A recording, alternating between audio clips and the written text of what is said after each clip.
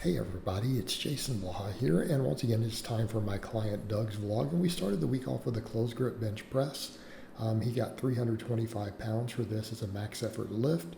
I've got him again on fairly low variation conjugate. We only do about 4 different max effort upper and 4 different max lower lifts because he doesn't have a bunch of specialty bars, too many bands, and things like that.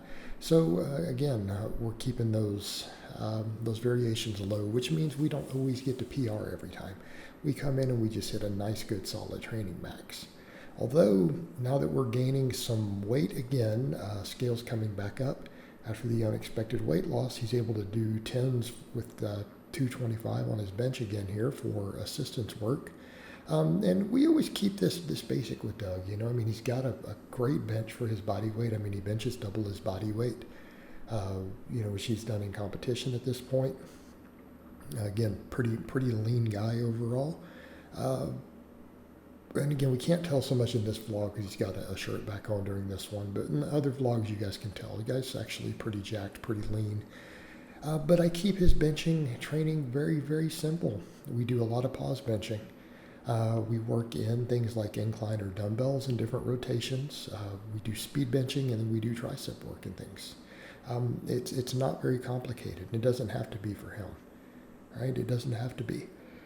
And if I can get his weight high enough, yeah, he very well might bench 405 one day. But I'd like to see him almost close to 200 pounds for that. He competes in the 181, but doesn't really have to cut weight for that. Long term, I'd like to see him try to do the 198.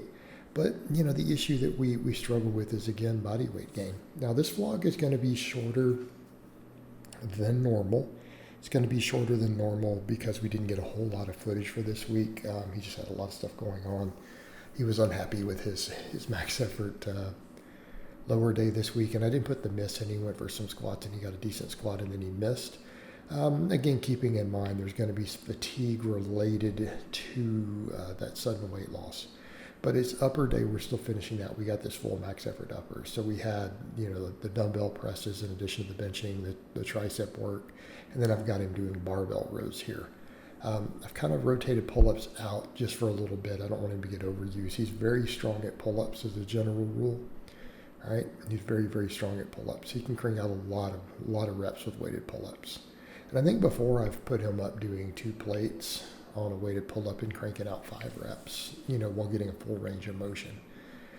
So again, guys, he's real strong on pull-ups. But squatting was a little rough this week. Again, I think just due to overall fatigue. Keeping in mind he squatted 451 at his last meet.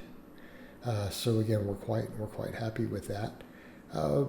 Then we get over into the dynamic effort upper day, which we didn't really get much footage here. The only thing I think he got me was his incline benching, because at the moment I have him speed bench and then we do incline. All right, we do incline, and then we do all the other work pretty similar to the upper body day, all the triceps and back work and things. And then of course we've got this stuff all from the dynamic lower day. As dynamic lower, we end up usually doing speed boxes with the safety bar. We do conventional pulls. I don't have him do sumo pulls anymore. He got injured on sumo pulls while warming up before. He has a history of hamstring injuries even before he hired me as a coach. So it's just something we have to be aware of, but he's pulled a hamstring badly on sumo pulls. So I tend to keep everything with conventional for him. But at the moment, we do a lot of posterior chain work. Hamstrings are really a weak link for him. Low back can be a weak link for him. His deadlift is his weakest lift, relatively speaking. It's a lifter who has an issue with hamstring pulls and weaknesses, which always converts over to low back being an issue, which we've largely resolved by doing hamstring work and by getting him a reverse hyper. We've removed all the low back fatigue and strain that he tends to get. Again, problems he had for years that we have largely resolved just through proper training.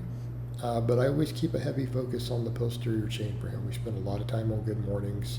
And then you guys will see we finish up here with, I always have him finish up his lower days with these leg curls for bands for really high reps. For him personally, this is very helpful. It brings a lot to the table. It helps with the hamstring pulls. It helps with the work capacity of his hamstrings. Helps build that connective tissue up. So it's something that I've had him implement quite some time back. And that since we've started doing it, he has not pulled any more hamstrings. We've gotten rid of the injuries, right? They've largely gone away, or they've completely gone away, at least thus far. So again, this is a staple for him at this point. All right, guys, but that's really all I have to say on that today. I hope it's been informative, and I'll talk to you guys next time.